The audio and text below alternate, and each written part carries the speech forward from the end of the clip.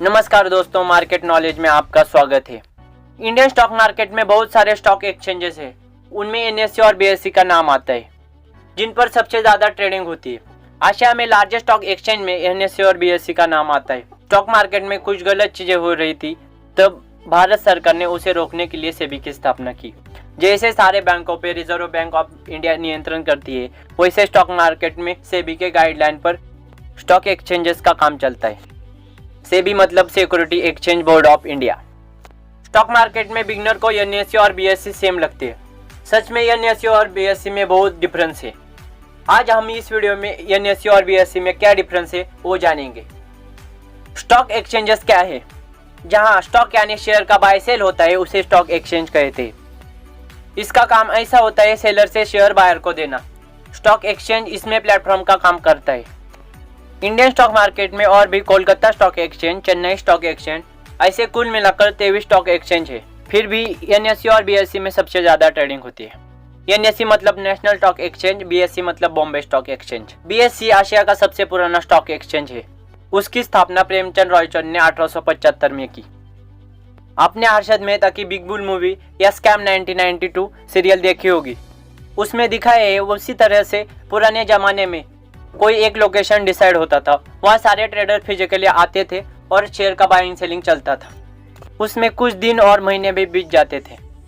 बाद में कंप्यूटर का यूज़ बढ़ने लगा, तब 1992 में एनएससी की स्थापना हुई, जो इंडिया का पहला डिमैटेरियलाइज इलेक्ट्रॉनिक एक्सचेंज था।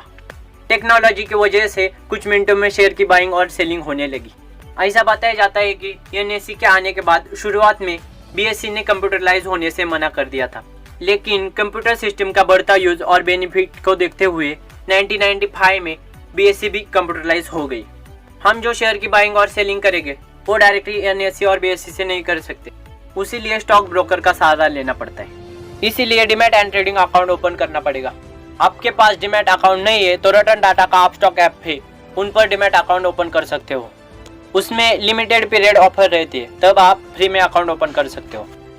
उसकी लिंक डिस्क्रिप्शन में दी हुई है और अकाउंट ओपनिंग के डेमो वीडियो की लिंक भी है, उसे देखकर प्रोसेस कर सकते हो। चलिए अब बात करते हैं एनएससी और बीएससी के कुछ मेजर डिफरेंस के बारे में।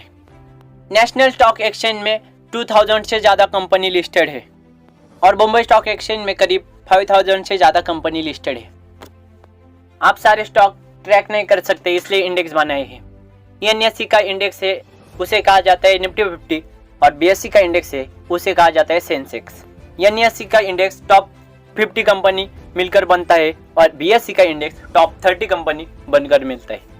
इससे पता चलता है कि मार्केट कैसा परफॉर्म कर रहा है, यानी आज मार्केट अप में है या डाउन में है, ये आप सिंपल देख सकते हो।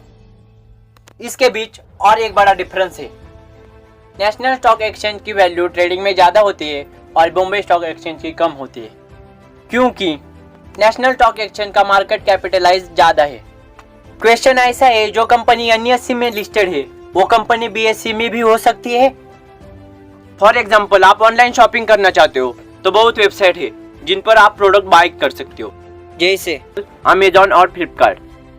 दोनों ही वेबसाइट पर वो प्रोडक्ट अवेलेबल होगा, बट जहाँ हमें सस्ते में मिलेगा और अच्छी क्वालिटी मिलती है वहाँ हम परचेस कर लेते हैं। वैसे एक कंपनी एक से ज़्यादा स्टॉक एक्सचेंज में लिस्टेड हो सकती है और एनएससी एंड बीएससी में डिफरेंस प्राइस होती है। एनएससी में लिस्टेड होने वाली कंपनी को स्ट्रिक्ट रूल है और बीएससी में वो नॉर्मल है। इसलिए जो इन्वेस्टर छोटी कंपनी यानी penny stock, micro cap company में इन्वेस्ट करना चाहते हो, उनके लिए बीएससी में वैरायटी मिल सकती है। जो इंट्राडे में ट्रेड करना चाहते हैं उनके लिए एनएससी बेस्ट है, क्योंकि एनएससी का मार्केट कैपिटलाइजेशन ज़्यादा है। ऐसा ही अपना नॉलेज बढ़ाने के लिए मार्केट नॉलेज से जुड़े रहे। Thank you.